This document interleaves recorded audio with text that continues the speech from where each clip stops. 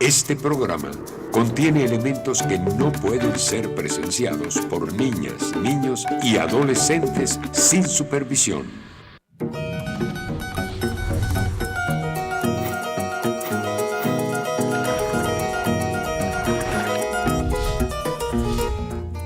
El ingreso total de los 500 individuos más ricos del mundo es superior al ingreso de los 416 millones de personas más pobres.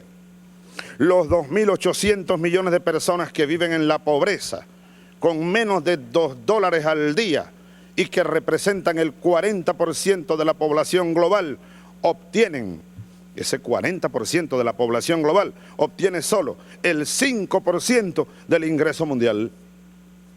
Hoy mueren al año unos 9,2 millones de niños antes de alcanzar el 5º año de vida. Y el 99,9% de estas muertes ocurren en los países más pobres. La mortalidad infantil es de 47 muertes por 1.000 nacidos vivos, pero es de solo 5 por cada 1.000 en los países ricos. La esperanza de vida en el planeta es de 67 años. En los países ricos es de 79, mientras en algunas naciones pobres es de solo 40 años.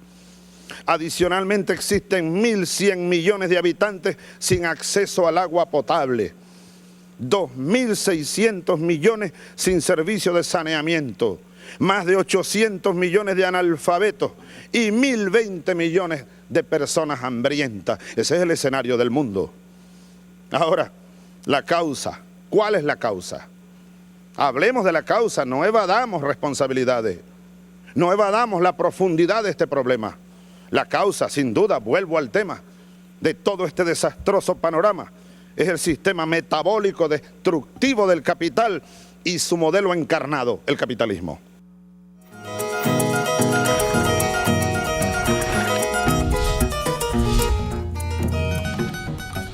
Bueno amigos, buenas noches. Hoy el presidente, con esta intervención que viene de Copenhague, de la cumbre de Copenhague, sobre que trataba de generalidades, pero que el presidente Chávez concretó, supo asociar el tema del ambiente. Recuerdan ustedes las denuncias que hizo el presidente Chávez y el presidente Evo Morales, que hicieron casi a dúo sobre el tema de la destrucción ambiental, pero el presidente Chávez se refería entonces en consecuencia a el problema de la pobreza, el problema de la distribución inequitativa de los recursos, de los beneficios del desarrollo. Incluso yo creo que hace un señalamiento bien importante sobre el tema de las estadísticas, cómo las estadísticas de alguna manera esconden realidades pavorosas. Un sexto de la humanidad carece de agua potable. Más de 1.000 millones de habitantes del mundo carecen de agua potable, etcétera, etcétera. Hoy esta noche vamos a tener un programa muy especial, donde vamos a tratar el tema de la situación del mundo, la situación del desarrollo capitalista del mundo y las consecuencias desde el punto de vista geopolítico, político y directamente de los beneficios que puede o no tener un pueblo y cuáles son las vías para alcanzar posibilidades reales de desarrollo humano, de desarrollo social. Con nosotros esta noche está el camarada Luis Bilbao, conocido por todos nosotros, un hombre que se sumó internacionalista, que se sumó a la revolución venezolana, a acompañar la revolución venezolana con alma y con corazón desde el comienzo de nuestra revolución, que creyó en nuestra revolución, que tuvo fe en nuestra revolución. Él es profesor de Economía Política y de Política Internacional, es director de 2 revistas al mismo tiempo, de Crítica de Nuestro Tiempo y, por supuesto, una que conocemos todos los venezolanos, América 21. Y es autor de varios libros, entre ellos 4 libros dedicados al proceso que estamos viviendo, que estamos construyendo en Venezuela. De tal manera que vamos a entrar entonces a conversar con Luis Bilbao en esta clase, en esta conferencia conversada de Luis Bilbao para con todos nosotros. Vamos a hablar sobre el tema de la crisis internacional que nos está afectando. El presidente hablaba de elementos allí en Copenhague, hacía denuncias sobre el tema, en particular sobre el tema ambiental, pero ya líderes importantes del mundo, más allá del presidente Chávez, como el propio comandante Fidel Castro, han venido alertando del tema del desarrollo capitalista, de este modelo de desarrollo capitalista, del desarrollo de la lógica del capital y de las consecuencias de este desarrollo del capitalismo devastador del ambiente, que no tiene consideración con los seres humanos, que explota al máximo a los seres humanos y al ambiente, que destruye la naturaleza. Y por supuesto las consecuencias que ese desarrollo del capitalismo está teniendo, incluso desde el punto de vista político, geopolítico, militar. La agresión a Libia es una expresión de este modelo de desarrollo. Lo primero que deberíamos comenzar es, ¿está de verdad el capitalismo en una crisis? Es una crisis del capital y es una crisis estructural, sistémica, definitiva de la lógica del capital. Bueno, buenas noches, Héctor. Gracias por la invitación. Sí, yo creo que es conveniente comenzar por ahí y yo diría que hay dos grandes maneras de interpretar y, en consecuencia, afrontar esta crisis. Una de ellas es aquella que supone que se trata de las consecuencias de políticas erróneas. Se sataniza al neoliberalismo como si el neoliberalismo hubiese sido una política de un grupo de personas alocadas que simplemente querían hacer daño y llevaron a este desastre que hoy está viviendo la economía capitalista. La otra es una interpretación que busca bases científicas, es decir, que trata de observar de manera metódica, sistemática, el fenómeno del desarrollo y del sistema como tal, del sistema capitalista como tal. Quienes apuntamos por ese camino tenemos nuestra base de interpretación en una obra que es la máxima obra reconocida por cualquier tipo de persona abocada a estos temas que tenga un mínimo de seriedad, la máxima obra estudiando el sistema, así como la medicina estudia un cuerpo humano, es El Capital de Carlos Marx. Y Marx lo que explica es que esto que señalaba muy brevemente, simplemente lo mencionaba el presidente Chávez, cuando hablaba del metabolismo del sistema, es que la crisis no es algo externo o adventicio del sistema. Sino es parte del sistema. Es una necesidad del sistema, correcto, es inherente. Correcto. Es la lógica misma del desarrollo capitalista lo que produce la crisis. Yo lo he tratado de explicar muchas veces, pero vamos a hacerlo una vez más, porque el tema es el siguiente. Lo que mueve al sistema capitalista es la búsqueda del lucro. La acumulación. Yo produzco para vender y vendo para tener una ganancia. Yo no produzco para satisfacer necesidades humanas, sino para tener ganancia. Para acumular. Para acumular dinero. Dentro de una lógica que es la lógica del mercado. Exactamente. El único elemento regulador, entre comillas, es el mercado. El libre mercado. Como todos los demás productores capitalistas hacen lo mismo, entonces se entabla la competencia. Y entre otras muchas razones, he allí los fundamentos de la maquinización del trabajo. Cada vez más la tecnología permite reemplazar el trabajo humano por máquinas. Ahora, el problema está en que lo único que produce valor es el trabajo humano, que además es pagado por su valor, es decir, la necesidad que tiene cada ser humano y su familia para sobrevivir y poder hacer lo que el capitalismo necesita. En primer lugar, trabajar y en segundo lugar, consumir. Ahora bien, cuando tú reemplazas el trabajo humano por la máquina, se produce un efecto paradojal, absurdo, porque cada vez tienes la capacidad de producir más, pero con menos personas que trabajan y por lo tanto con menos personas que cobran salario y por lo tanto con menos personas que pueden consumir. Y he aquí el desemboque de la crisis. El sistema cada vez produce más o puede producir más y cada vez se consume menos.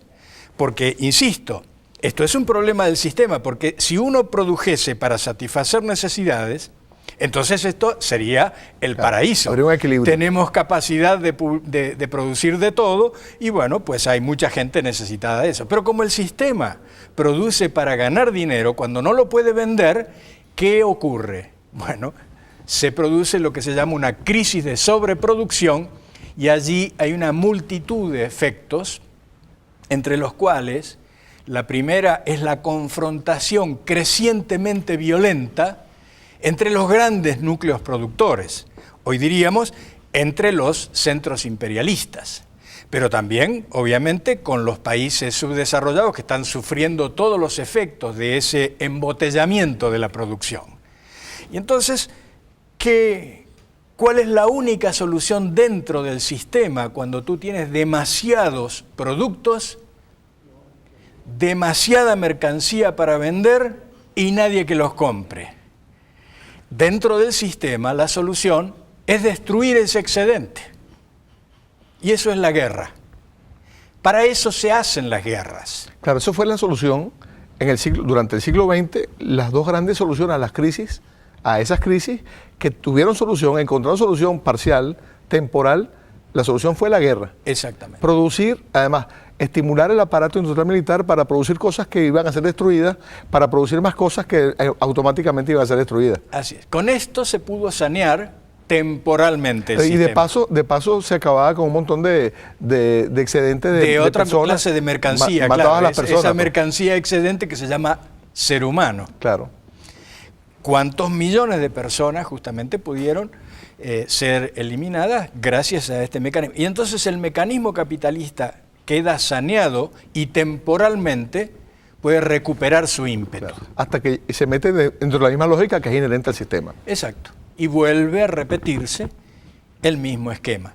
Ahora, la diferencia enorme que hay en esta crisis con las anteriores es, en primer lugar, el grado de desarrollo de las fuerzas productivas, que es extraordinario. O sea, nosotros en todo esto que es negativo debemos asumir algo que es sumamente importante para el futuro de la humanidad.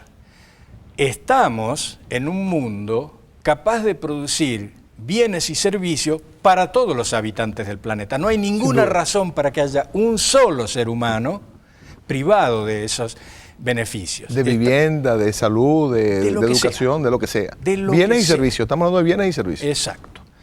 Ahora, el problema es que si nosotros no hacemos lo que corresponde, y ya veremos de qué se trata, entonces, sin que nadie lo empuje, porque una de las cosas muy importantes que está en debate en la izquierda, está en debate entre los teóricos, está en debate dentro del pensamiento marxista, yo sostengo, y creo que los hechos me están dando la razón de manera lapidaria, que el sistema se derrumba sin que nadie lo empuje. Porque no me dirá nadie que el colapso de las finanzas estadounidenses, la catástrofe que está ocurriendo en estos días en la Unión Europea, resulta del desafío de grandes huelgas obreras, de partidos revolucionarios que están acosando al capital. Nada de eso. Es el sistema solo derrumbándose. Se derrumba. El problema es que si uno no está preparado para reemplazar al sistema mismo, el sistema se derrumba sobre nuestras cabezas. Fíjate, Luis, yo he planteado en distintas oportunidades que, en efecto, comparto 100% lo que estás diciendo. Yo he planteado que los días del capitalismo están contados. O bien, porque el capitalismo, en ese desarrollo, arrastra a la especie humana y muere con la especie humana. Es una forma de acabar con el capitalismo, claro, fatalmente. O porque los seres humanos somos capaces de reemplazar la lógica del capital por una lógica distinta, que sería la lógica del trabajo, la lógica socialista. Pero definitivamente creo, yo comparto contigo, en que se podría derrumbar solo que no se derrumbaría para dar paso a una era distinta, sino que se podría derrumbar solo arrastrando a la especie humana. Claro, porque la gran diferencia de esta crisis con las anteriores es en primer lugar el hecho de que el desarrollo, el fantástico desarrollo tecnológico permite un volumen y una calidad de producción incomparable con lo que ocurría en aquellos procesos que dieron lugar a la Primera y a la Segunda Guerra Mundial. Pero por otro lado, es que el hombre ahora está amenazado por la existencia de una tremenda cantidad de armas La capacidad destructiva. que pueden destruir al planeta. Claro, claro. No como en la Primera y la Segunda Guerras Mundiales, que en realidad podía destruir a su enemigo. Ahora está en juego la posibilidad de que las armas atómicas destruyan, como tú decías, la vida humana sobre el planeta. De ahí es que es tanto más importante comprender la raíz, la naturaleza de esta crisis, que no es la crisis de un modelo, es la crisis de un sistema. Es un cuerpo que No es la puede- crisis de unas políticas, Exacto. sino es la crisis inherente al sistema al mismo. sistema capitalista. Es Tú lo has propio del dicho. sistema. Así es. Correcto. Y hay un elemento adicional que lo ha planteado muchas veces el presidente Chávez allá en Copenhague, a propósito del ambiente, hablando del ambiente, pero lo ha planteado también el comandante Fidel Castro.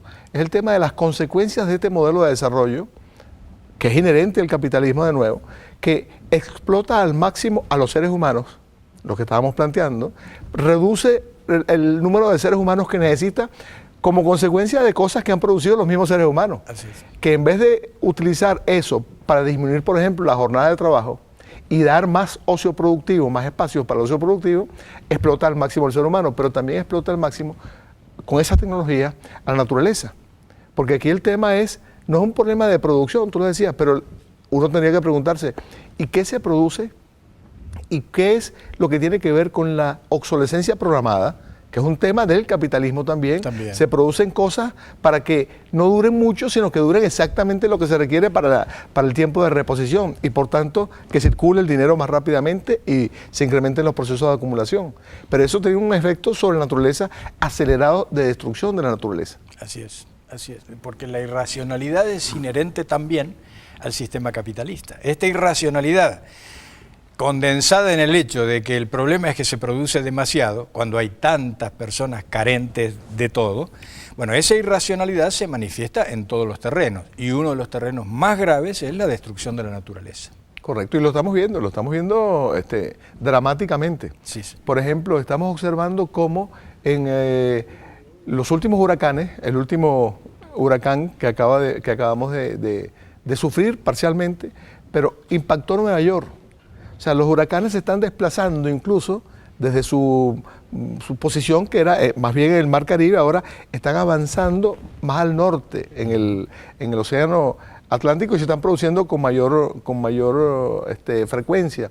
Y también el tema del incremento del nivel de las aguas, que pareciera que en el mundo capitalista están pensando que ellos son inmunes al incremento del nivel de las aguas.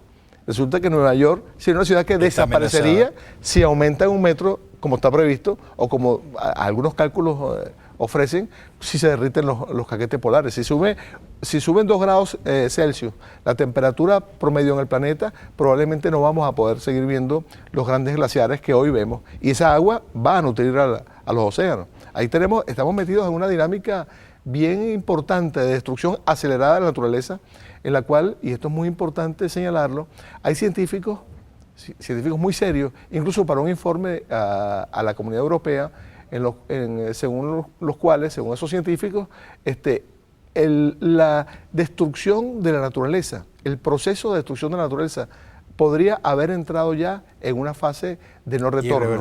Irreversible. Vale decir que independientemente de lo que hagamos, se va a producir la destrucción. Vale decir, cuando hablamos de destrucción, estamos hablando de la desaparición de la especie humana de la faz de la Tierra. Otras especies continuarán, porque el tema aquí importante es que nosotros no podemos vivir sin la naturaleza. La naturaleza sí puede vivir sin la especie humana, sin los seres humanos. Mira, yo no soy un experto, ni muchísimo menos en esta materia, pero confío, tal vez por esa necesidad de esperanza que tiene el ser humano, en que nosotros, el ser humano, hoy, en este punto de desarrollo, tenemos un nivel de capacidad técnico-científica que en realidad podría revertirse los daños que se ha hecho a la naturaleza. Pero la condición sine qua non para poder encarar ese proyecto, obviamente histórico para la humanidad, es abolir el sistema capitalista. Definitivamente. No, los revolucionarios y los socialistas tenemos que apostar al futuro, tenemos la obligación de ser optimistas, pero optimistas sobre base cierta. Sobre base si real. trabajamos en lo que tenemos que trabajar. Vamos a ver un pequeño micro del economista Ramón Bernáez hablando sobre estos temas. El sistema capitalista se instaura a finales del siglo XVI, donde aparece Inglaterra como hegemónico de este sistema y después de la Segunda Guerra Mundial aparece los Estados Unidos hegemonizando el sistema capitalista mundial.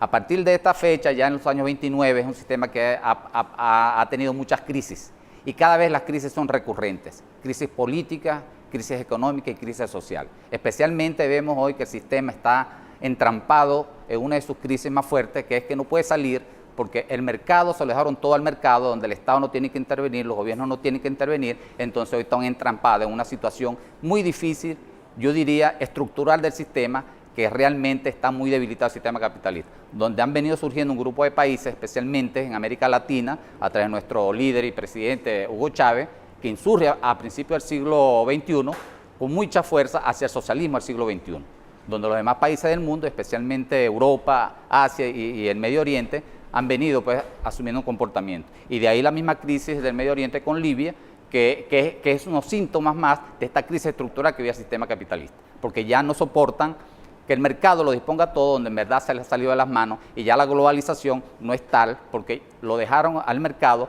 donde, como dice el francés, dejar hacer, dejar pasar, sin intervención del Estado, donde ahora se han dado cuenta que los Estados, los gobiernos tienen que intervenir para poder satisfacer las necesidades a la gran mayoría del pueblo. Y esa es la crisis fundamental que está padeciendo el sistema capitalista mundial.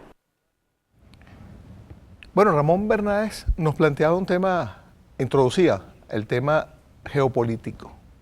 Va más allá de visualizarlo como un problema técnico, económico o financiero inclusive que se ha querido plantear. Pero tú planteabas, a propósito de esto, Luis, para introducir el siguiente segmento del programa, tú planteabas el tema de las luchas interimperialistas. Así es. Es que la crisis del sistema produce contradicciones en diversos planos.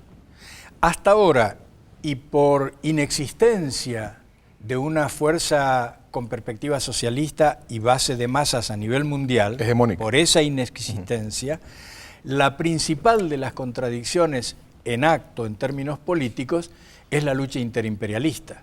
Pero hay otros planos. En primer lugar, el imperialismo como conjunto frente a algunos países subdesarrollados o semicoloniales. Un caso típico es Libia, pero está muy lejos de ser el único.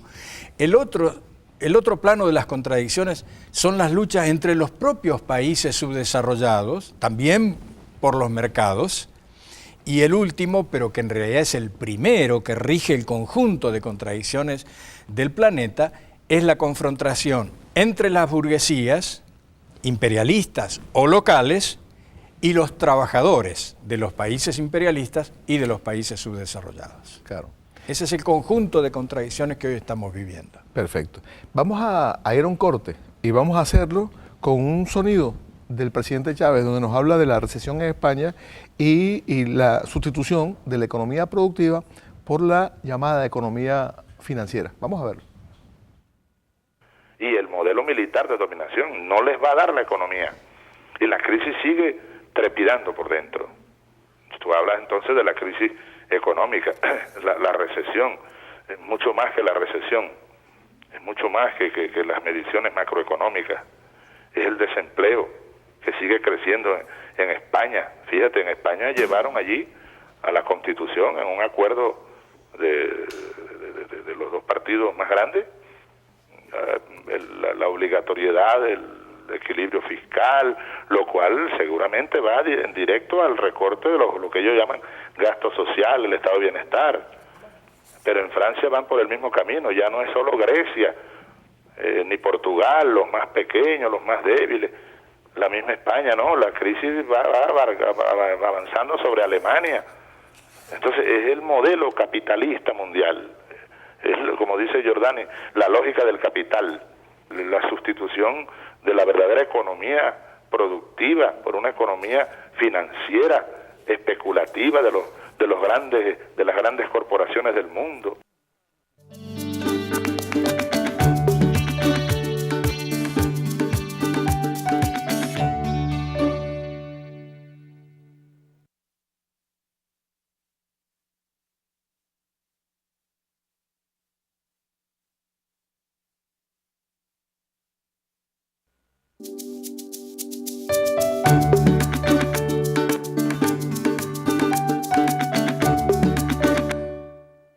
Y hoy el equilibrio del mundo, estamos yendo a un nuevo orden multipolar. Por eso ahí viene el título de mi libro, El híbrido mundo multipolar, con datos duros, no de imaginación. El ascenso de los BRICS y el derrumbe del G7. El poderío militar ya no está dando resultados. Estados Unidos está perdiendo sus guerras, Israel está perdiendo sus guerras. Mediáticamente la están ganando todavía. Ahí hay que entrar a esa guerra de guerrillas de la información. No olvidemos que la OTAN se basó en 3 grandes mentiras para llevar su guerra en Afganistán, lo del 11 de septiembre, que está muy en duda qué pasó ahí. Luego las armas de destrucción masiva que no existieron de Saddam Hussein en Irak, y ahora todas las mentiras que vertieron sobre Libia. Entonces, ahí es donde todavía está reinando ese modelo. Si usted me pregunta dónde están más fuertes, curiosamente, su lado fuerte es todavía el de la desinformación. Es decir, a ellos no les importa si se matan los libios entre sí. ¿A qué les importa? Hoy es el reparto del botín. 35% se lo lleva la Francia y el restante se lo van a llevar Gran Bretaña, Italia y Qatar, porque no los van a dejar que se lo lleven. Hoy se lo llevaron en acciones y se elevaron las acciones en bolsa para tratar de solventar la quiebra de su banca. Pero cuando más tarde sucede, al año o a los 2 años, se dan cuenta de que esto fue todo un montaje financiero, igual multimediático, pues se le revierte. Hay un efecto boomerang. Bueno, y estábamos viendo los efectos de la crisis. Desde el punto de vista político, además de temas tan importantes como la geopolítica, el ataque a Libia, que se mencionaba ahorita, también a lo interno de los países, en estos procesos se están produciendo hechos interesantes. La política interna de Inglaterra, por ejemplo, con respecto a las protestas, con respecto a lo que está ocurriendo internamente, al no poder darle continuidad al estado de bienestar, son dramáticas la forma en que está reaccionando, brutales la forma en que está reaccionando. Lo mismo podemos decir de España. En España hubo cierta tolerancia hasta que llegó un momento en que decidieron actuar. En Grecia, bueno, eso ha sido, tenemos meses y meses de manifestaciones, de palos, de bombas lacrimógenas, etcétera, etcétera. Por cierto que ante todas esas agresiones de esos gobiernos, la OTAN no bombardea a esos países. No, a Inglaterra no la bombardeó, por lo menos hasta donde hemos sabido hoy. Yo creo que la agresión de la crisis producida por el esfuerzo por mantener al sistema capitalista, la agresión contra las masas, es muy seria. Y por lo tanto, aun cuando no existen hoy grandes sindicatos radicalizados con conciencia de clase, cuando no existen grandes partidos con una idea de revolución y socialismo, sin embargo, las masas comienzan a sublevarse. Eso lo estamos viendo en Grecia, por cierto, lo hemos visto parcialmente en Portugal, con mucho ímpetu en España. Y en Chile. Y también, claro, y en Chile, que es el otro tipo de economía, bueno, también una gran explosión. ¿Y cuál es la respuesta a todo esto? Un endurecimiento político de los regímenes que gobiernan estos países. Porque, mira, Héctor, en rigor, la dictadura es de clase, no es de un sistema político. Cuando esa clase tiene suficiente capacidad para manejar los factores políticos, puede ejercer su dictadura, no es una contradicción lo que voy a decir, claro, puede ejercer su dictadura de una manera democrática. Claro, todo eso entre comillas, claro.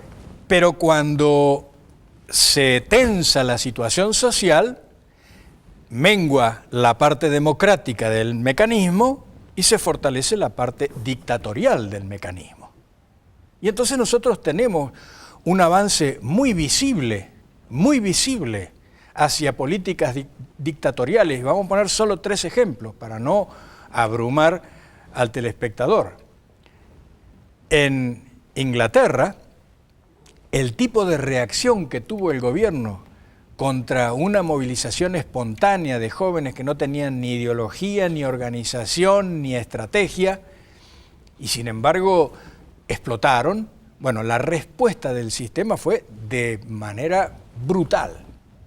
Lo mismo está pasando, no tanto en acto como en perspectiva, en Estados Unidos, donde se viene consolidando una fuerza a la derecha del partido de ultraderecha, es decir, dentro del Partido Republicano, el grupo Tea Party, que es una respuesta fascista a la crisis económica.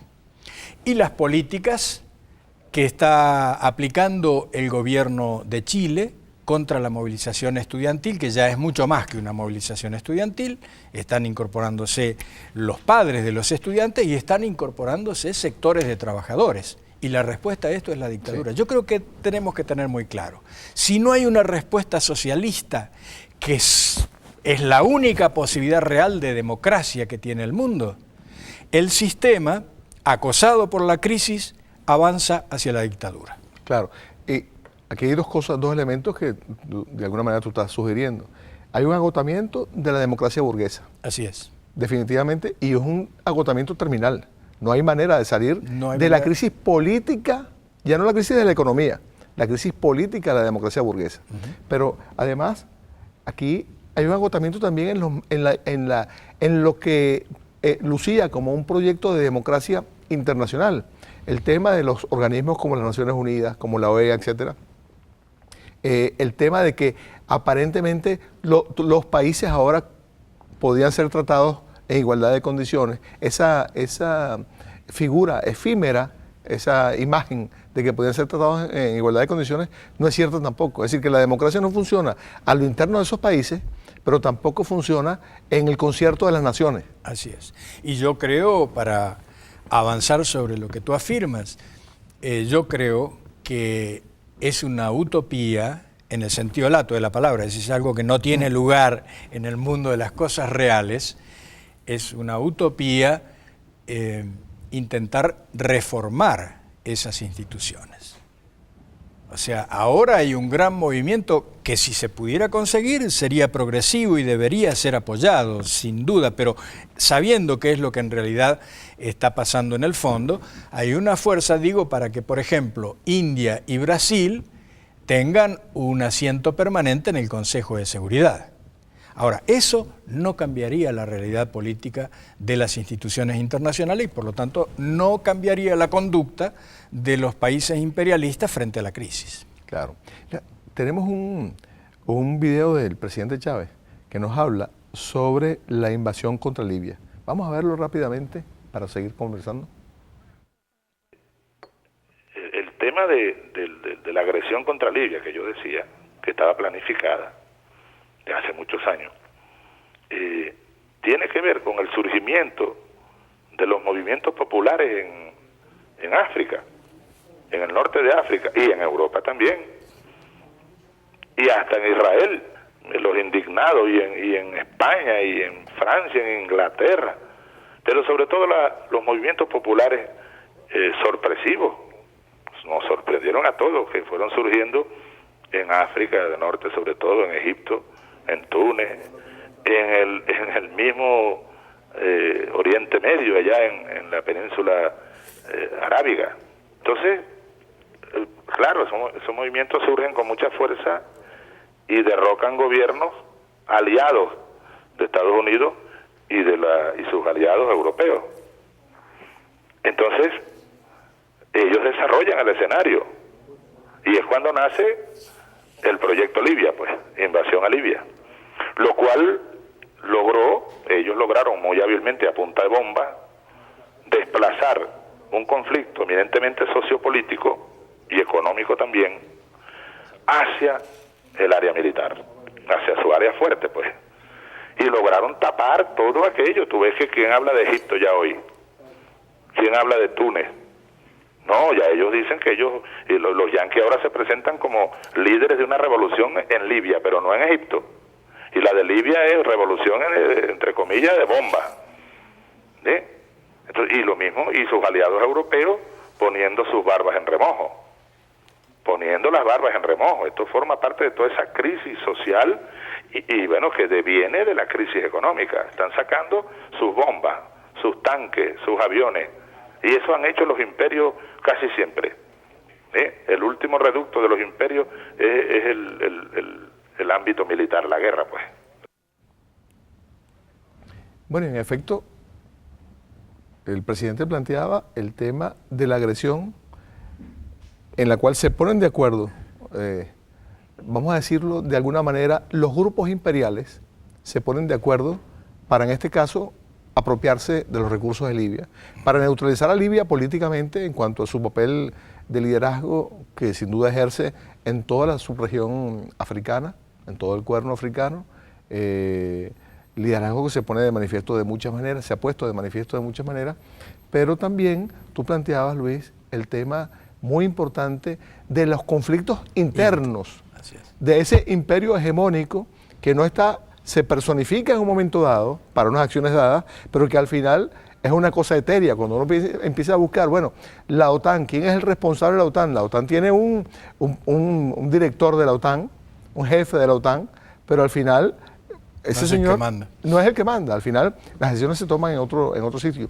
Como en las Naciones Unidas, no importa si aprueban o no aprueban una acción, de todas maneras la acción se lleva a cabo.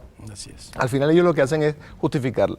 Pero tú planteabas entonces que además de toda esta dinámica, que podríamos decir en dos grandes bloques, dos bloques, los bloques clásicos, los que tienen los recursos y los que ponen el trabajo, los que viven de su trabajo, que se lleva a nivel de individuos, a nivel de colectivos o a nivel de países, y los que explotan el trabajo de estos. Así es. Pero también hay conflictos internos. La crisis agudiza extraordinariamente la lucha intercapitalista, porque, como decíamos, la crisis es que no hay quien compre. Entonces, es la lucha por un espacio. Exacto, a ese mercado existente yo te lo quiero sacar a ti. Si tú tienes una parte de ese mercado, tú serás tan capitalista como yo y estaremos muy de acuerdo en enfrentar a alguien que se rebele por allá, pero seguiremos peleándonos entre nosotros. Y entonces, ¿dónde está el tema? Por ejemplo, todos recordarán el ALCA. El ALCA era un intento de Estados Unidos de alambrar a América Latina, el mercado latinoamericano, para mí. Correcto. Para ellos mismos. Claro. Ahora, eso mismo lo quería hacer la Unión Europea. La Unión Europea avanzó hasta constituirse en una unión, igual que Estados Unidos, una unión, y tener una moneda única para competir en mejores condiciones con Estados Unidos. Claro, no porque les gustaba la unión porque sí. Así es. Ella era para competir con Estados Unidos y en buena medida lo consiguió. Y su moneda era un instrumento de combate contra la moneda hegemónica del mundo, que es el dólar. Intentaron hacer su ALCA, siguen intentándole, ahora están tan problematizados al interior de Europa que ya no pueden seguir presionando para quedarse con América Latina, pero lo intentaron y en buena medida y con varios países lo consiguieron. Están tratando de quedarse con Europa, los europeos. Claro, ahora están tratando de que no se les vaya el piso debajo de los pies. Pero entonces, ¿qué es lo que significa esta crisis del euro? Significa, entre otras muchas cosas, el resultado de un combate de Estados Unidos para liquidar al euro. No tenemos que confundirnos. Estados Unidos apuesta a la destrucción del euro y, en consecuencia, a la destrucción de la Unión Europea. Esto sería muy beneficioso para los capitalistas estadounidenses, para las grandes corporaciones con sede en Estados Unidos y con sede también en la Unión Europea, pero con sede político-económica en Estados Unidos. Entonces, hay que entender que en la misma medida en que no existe lo que en latín se dice tertium datur, el tercer dato, el factor que venga a decir no, el verdadero problema en el mundo es este, mientras eso siga ausente como protagonista principal en el escenario mundial, estos dos grandes protagonistas seguirán siendo los principales y van a la guerra. Mira, hay guerras que han sido en estos últimos años, que han sido formas esquivas de una guerra interna entre los imperialismos. La primera de ellas fue la que destruyó a Yugoslavia. Claro. Ahí estaba enfrentándose el imperialismo europeo con el imperialismo estadounidense por una línea de control que iba a pasar por el territorio yugoslavo, hacia Oriente para abastecerse de energía, de petróleo, correcto. y Estados Unidos cayó allí como un águila y destruyó ese país. La invasión a Irak, entre otras muchas cosas, forma parte también de esa guerra. Y ahora Libia es también una forma esquinada de una confrontación que en definitiva está dentro del sistema capitalista. Claro, porque eso es lo que explica el que mucha gente dice, bueno, pero si es que Europa tenía el control del petróleo libio y prácticamente de la economía libia, y entonces ¿por qué se justifica la agresión a Libia? Bueno, tiene varios aspectos. Hay varios aspectos, claro. Uno de esos aspectos, unas explicaciones está allí. Así es. La gran cuestión es la siguiente, Héctor. Si no entra el tercer protagonista, estos van a seguir por ese camino de demencia destructiva en territorios terceros o en sus propios territorios eventualmente. Ahora, la gran pregunta, Héctor, el gran debate que yo creo que ustedes pueden inaugurar en este programa Debate Socialista es quién va a ser ese tercer protagonista de la escena mundial. Hay muchos que dicen que van a ser los BRICS. Yo no solo que no lo creo, sino que además no estoy de acuerdo. Porque los BRICS, vamos a aclarar, BRICS es la sigla que resume Brasil, Rusia, India, China y Sudáfrica. Son 5 grandes economías del tercer mundo o del mundo no capitalista altamente desarrollado o del mundo no imperialista, para decirlo de distintas maneras posibles. Esas economías pueden efectivamente constituir un polo diferenciado del polo hoy vigente, que es Estados Unidos, y del polo subordinado, pero con mucha potencia también, que es la Unión Europea o Japón. Efectivamente, los BRICS pueden, en una destrucción del eje de la fuerza agregadora que ha tenido hasta ahora el capital y que hoy ha perdido, en esa reversión de la situación que convierte una fuerza centrífuga en una fuerza centrípeta y divide a los grandes protagonistas del capitalismo, el BRICS o los BRICS pueden ser un protagonista, pero en primer lugar están basados en el sistema capitalista. Es parte del mismo problema. Es parte del mismo sistema y va a sufrir los mismos conflictos. Hay una ilusión, yo creo, que se puede estabilizar la crisis del sistema capitalista mundial estabilizando el eje, ya no en Estados Unidos, sino en los BRICS y dentro de los BRICS en China. ¿La argumentación cuál es?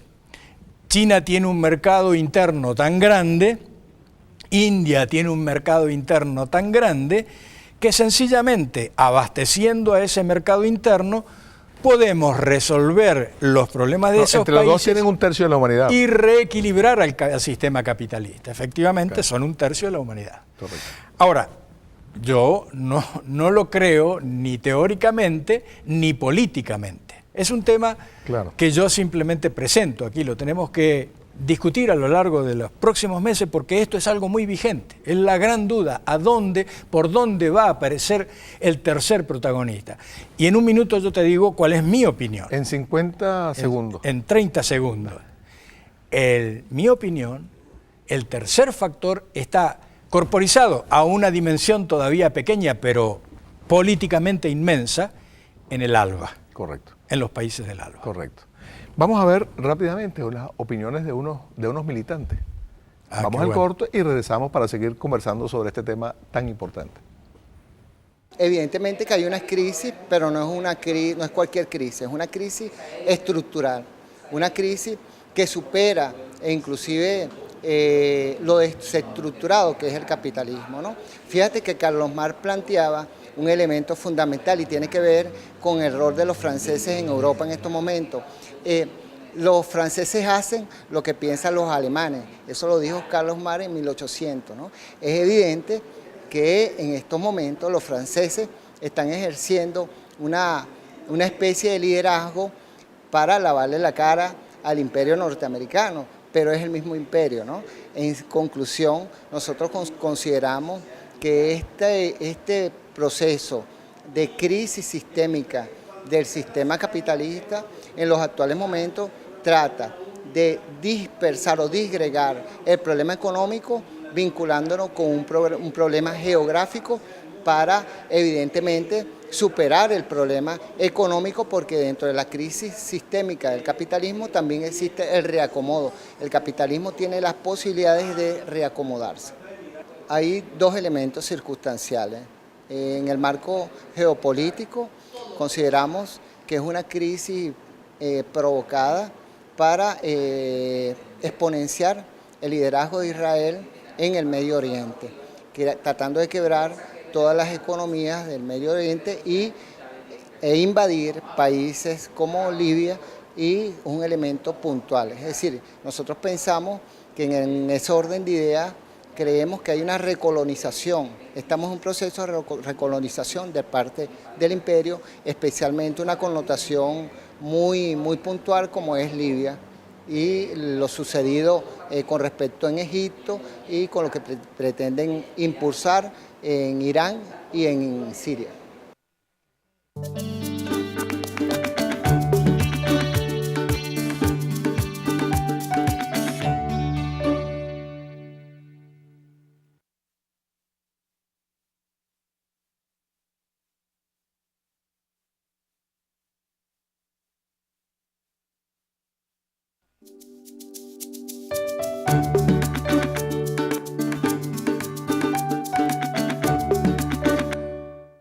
Es un momento importantísimo el que estamos viviendo. Nace la UNASUR.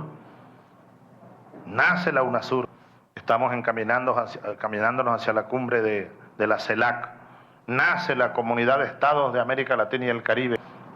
Mientras en otras partes los imperios hegemónicos que pretenden seguirlo siendo siguen bombardeando pueblos como el de Libia para protegerlos. Qué cosa, ¿no?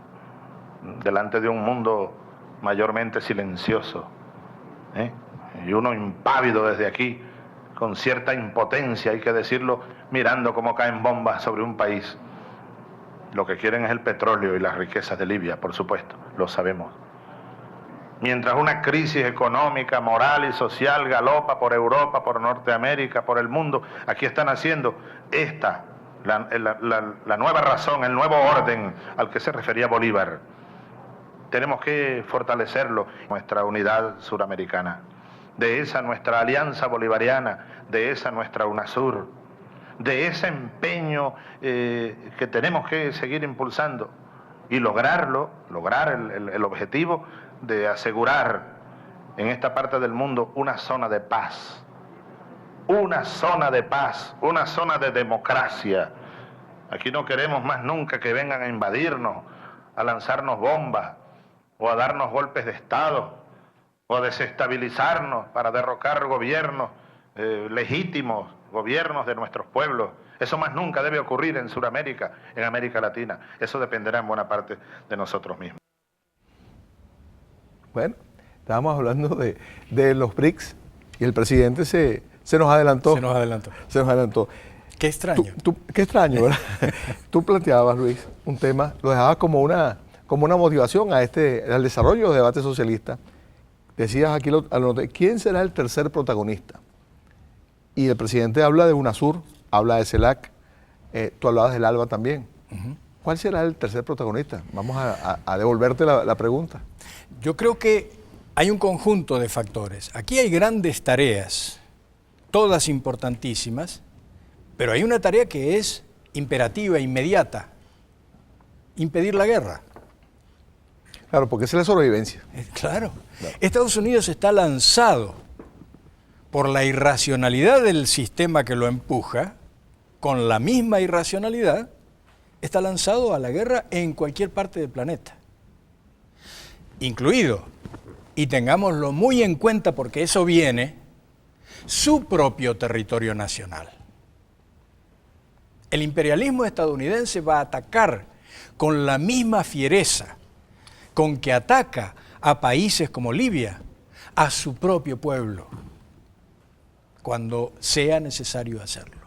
Y yo creo que dado el curso de la crisis, no va a demorar tanto tiempo en que sea necesario enfrentar a su pueblo con violencia. Entonces, la primera gran tarea de cualquier persona que piense la política en serio, no como ciertas posiciones de izquierda que tienen esquemas.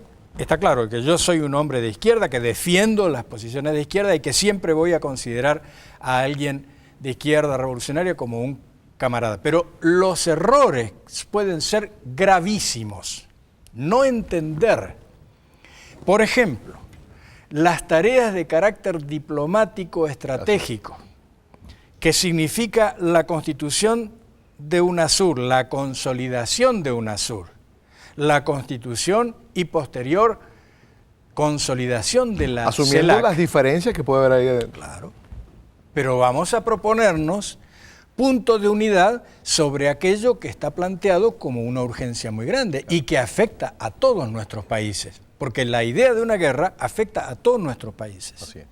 Y entonces yo creo que es probable, pero incluso si no lo fuera, sería necesario hacer esta política, porque acá se trata de demostrarle a las grandes mayorías de nuestro continente quién está a favor de la guerra y quién no lo está. Entonces la CELAC, que efectivamente se va a realizar ahora la reunión constitutiva el 2 y el 3 de diciembre aquí en Caracas, la CELAC es la posibilidad de constituir un centro geopolítico planetario que unifique a todo el subcontinente sin Estados Unidos, sin el imperialismo. ¿Y esto para qué?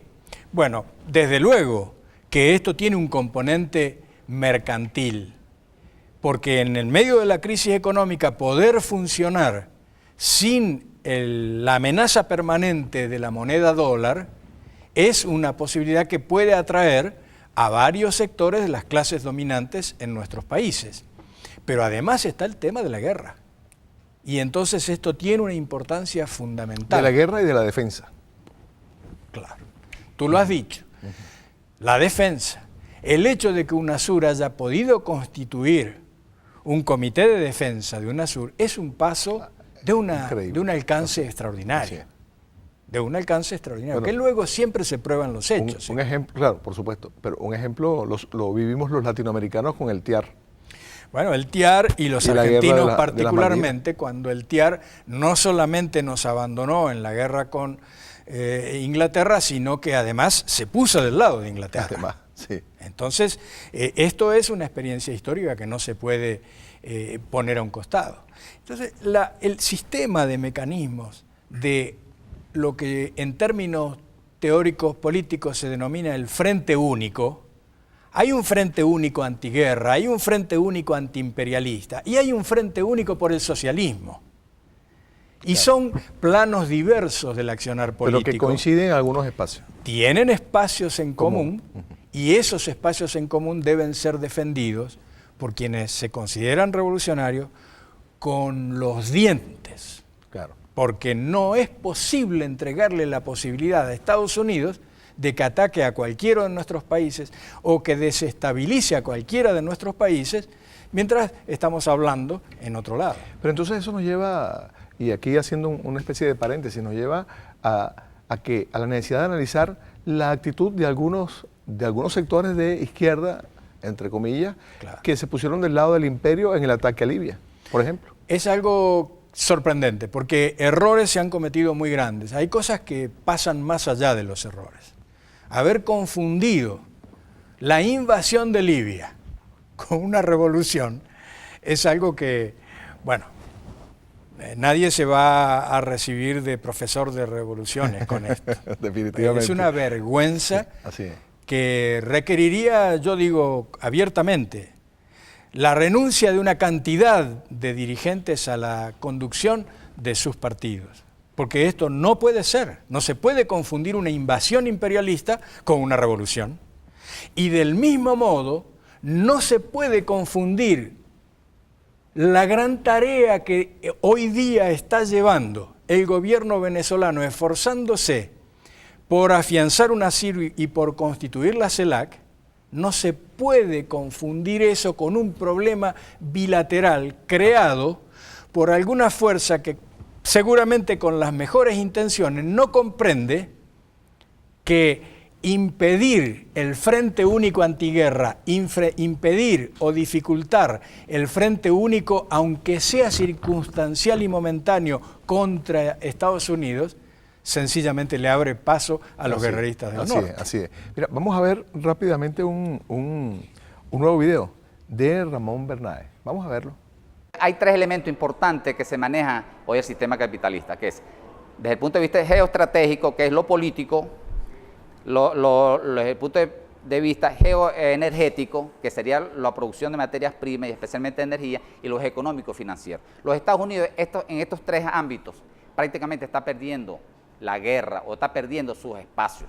Pero además hay un elemento importante que es quizás lo que va a definir este proceso y cómo vamos a estar a mediados de unos 10, 15, 20 años, que están haciendo los países BRICS. ¿Qué son los países BRICS? Los países BRICS son las economías emergentes, como China, India, Rusia y Brasil y otros países asiáticos. Estas economías, como todos vemos, a pesar de estas crisis que han tenido los sistemas o centros del poder del capitalismo mundial, estas economías no han sufrido. Especialmente vimos en el 2008 cómo en la crisis de la burbuja financiera no afectó a ninguna de estas economías y especialmente a Venezuela, que nos pudimos mantener por el modelo económico que estamos llevando a cabo, donde el presidente y muchos países de América Latina han roto con el modelo neoliberal. Entonces, vemos que hay muchos elementos allí que podemos, y donde estos países, si se van por la vía progresista y pueden insurgir contra el modelo neoliberal radicalmente, como lo está haciendo el presidente Chávez, lo está haciendo Evo y lo está haciendo el amigo Correa, nosotros vamos a insurgir y vamos a tener posiblemente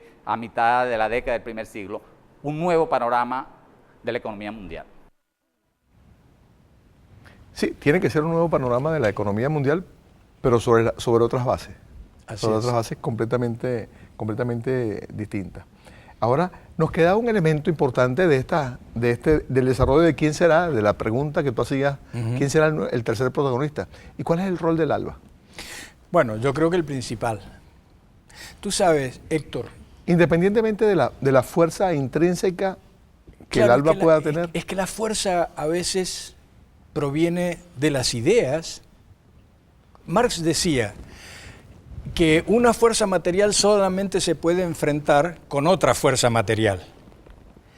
Pero cuando las ideas penetran en las masas, se convierten en una fuerza material. Una enorme fuerza material. Entonces, la fuerza del ALBA es relativa, porque si bien, comparado con el resto de los países de América Latina, que no están en el ALBA, es minoría, la fuerza de sus ideas está penetrando hoy en todo el continente, más allá de que los gobiernos de este o aquel país estén a medias o contra el ALBA.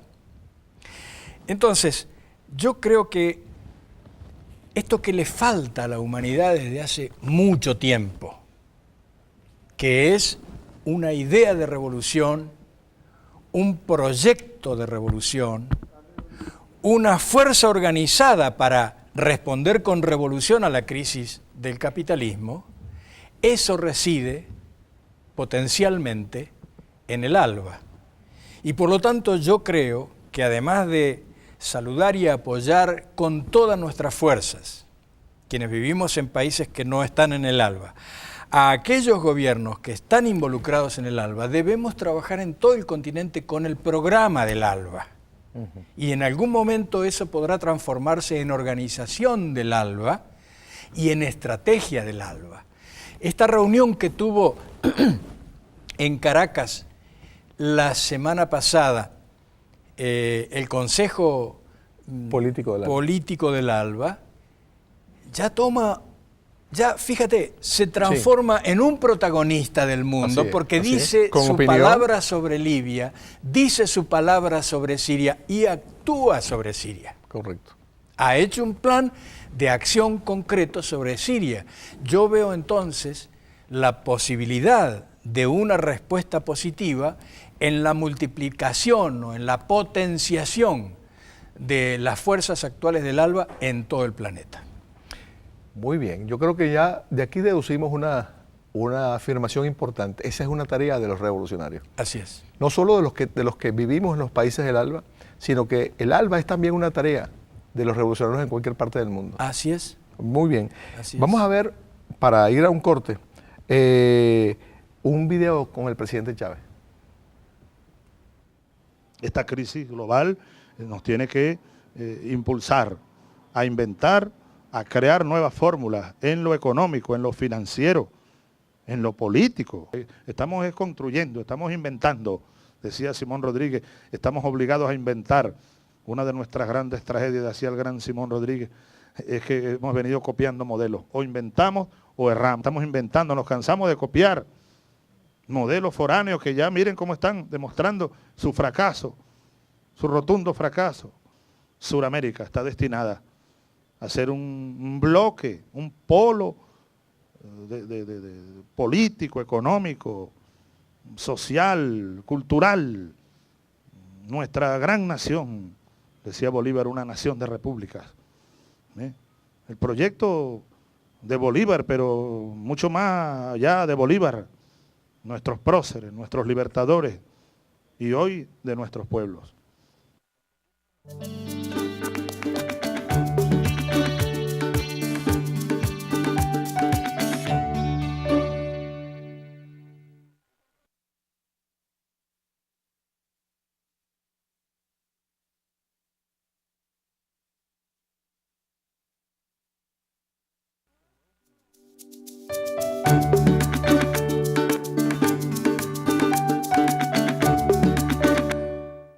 Desde una vez logrado y dentro de 100 años puedes volverlo a revisar.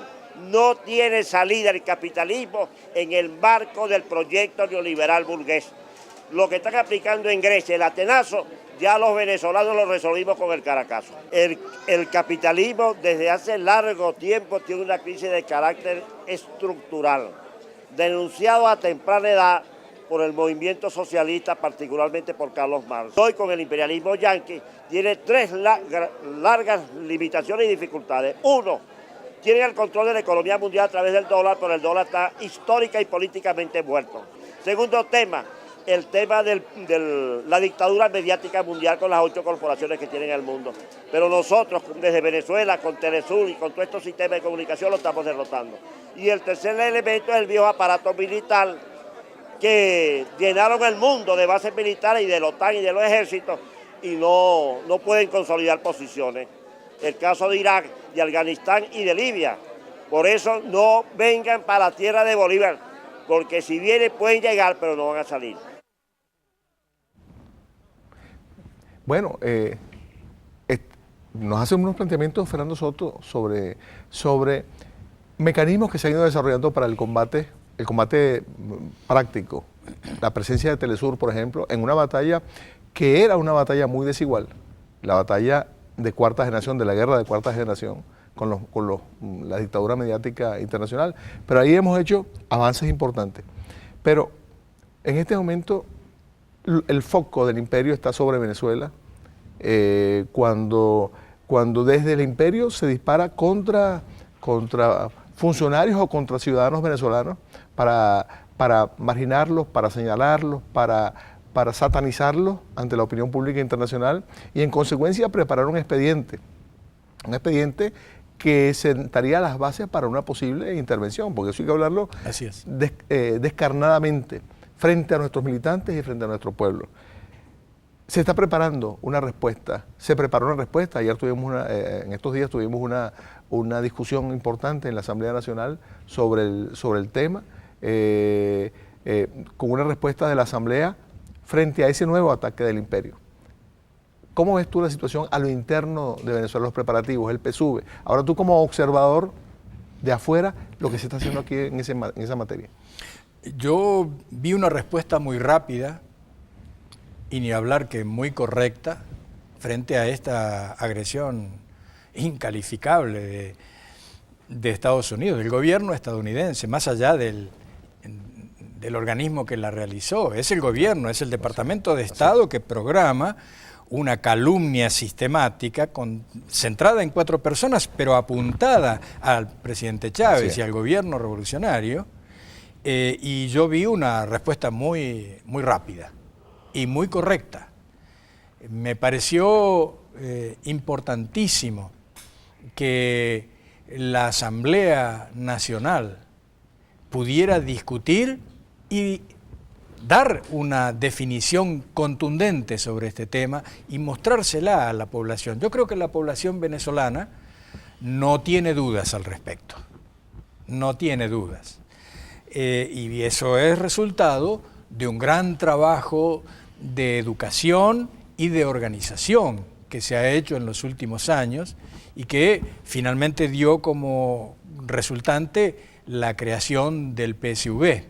Esta nueva fase en el desarrollo del PSV que ustedes han encarado con la reinscripción, con el replanteo de la actividad militante, yo creo que está exactamente medida para el momento que estamos viviendo. No solamente para el momento electoral del año que viene, sino mucho más allá. No, porque efectivamente esta agresión estadounidense a Venezuela, y que se extiende a cualquier país del mundo que no obedezca puntualmente sus órdenes, requiere de partidos políticos, de partidos revolucionarios. Y requiere de política. Claro, de una conducción política sistemática.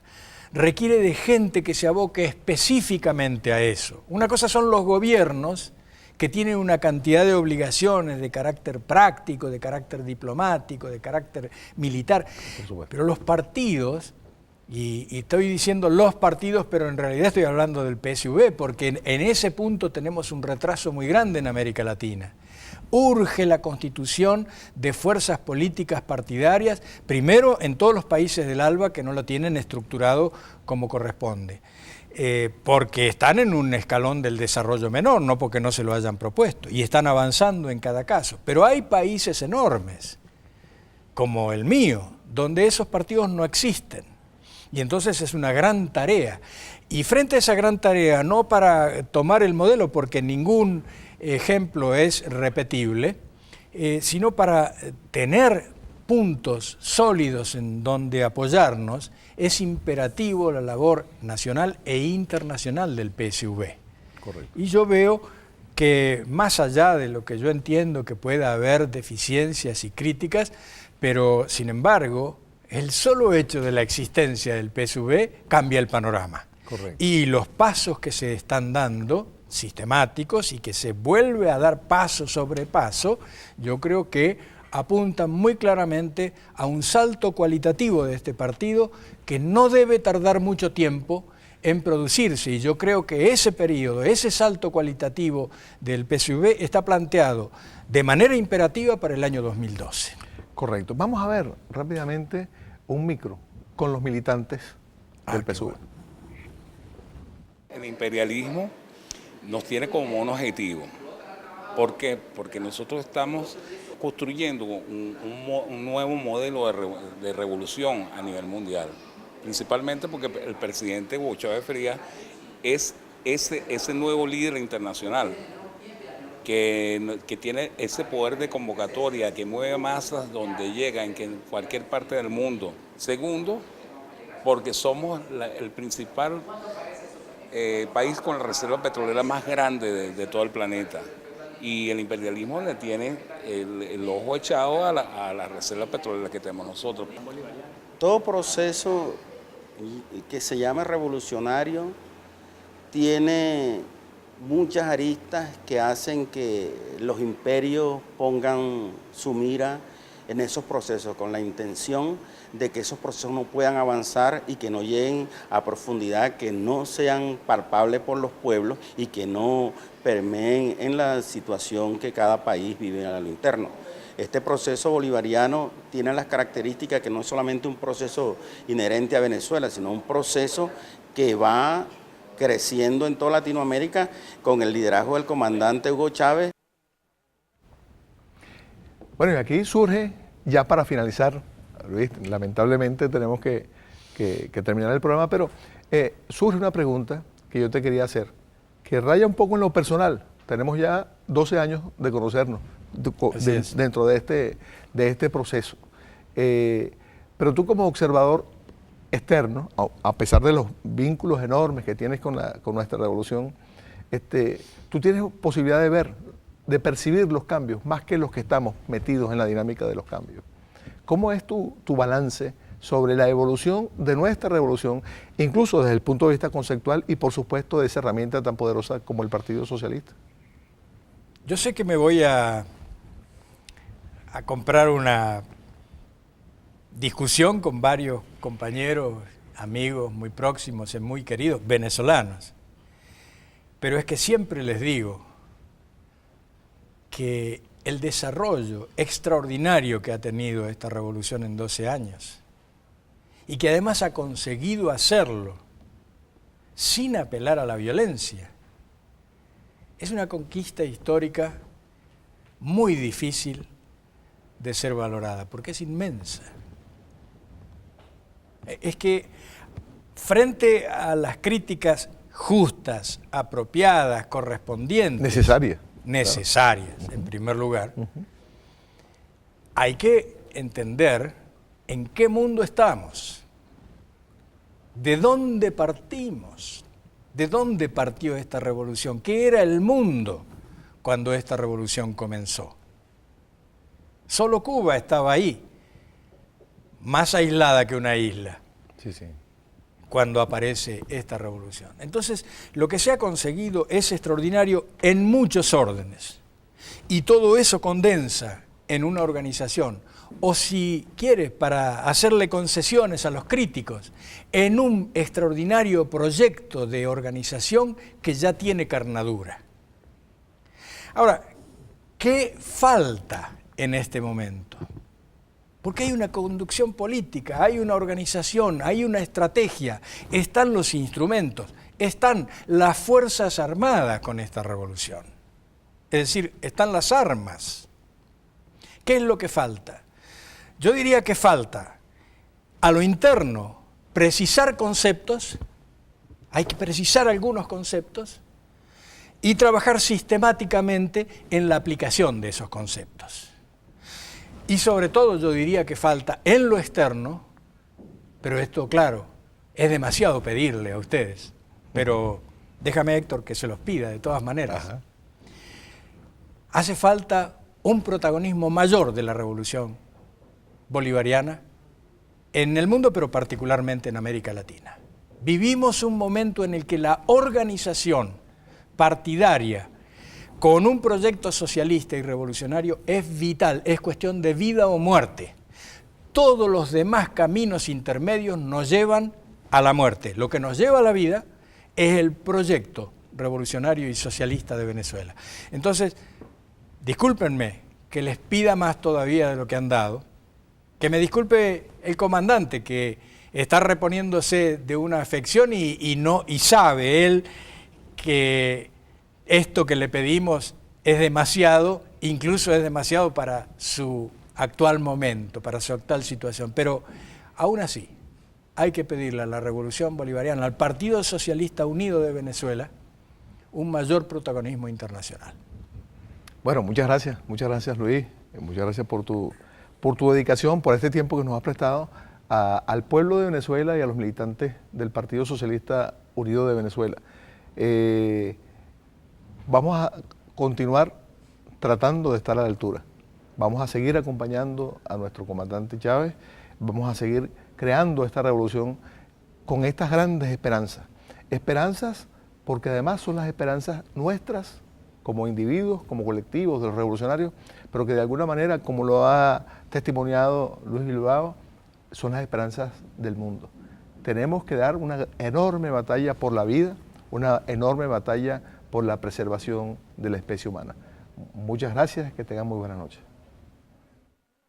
Venezuela está en la mira, vale. Venezuela está en la mira. Ellos tienen que buscar liquidar a Venezuela. Y cada día estamos más cerca de la mira. Y en lo que queda de aquí al 2012, yo lo dije, aquí hay gente de la oposición que cree en la salida democrática. Y hay gente de la oposición que no cree, está convencido, y tiene razón, están convencidos de que por la vía electoral no le van a ganar a Chávez. Están convencidos. Y el imperio los unifica con el plan de aislamiento internacional y el plan de desestabilización interna. Y ese es un plancito que ya no lo sabemos. Dicen un disparate, lo replican aquí los periódicos. Esto no es minimizarlo. No es decir, si los huecos, la seguridad, para que hablemos de la seguridad tiene que haber república primero. Tiene que haber nación. Y solo los neoliberales, hermano, que no creen en la patria. Porque el capital no tiene nacionalidad. El capital es donde gane más con la menor inversión. Donde produzca más con el menor esfuerzo. Los neoliberales no tienen nacionalidad. No tienen. Por eso no tienen patria.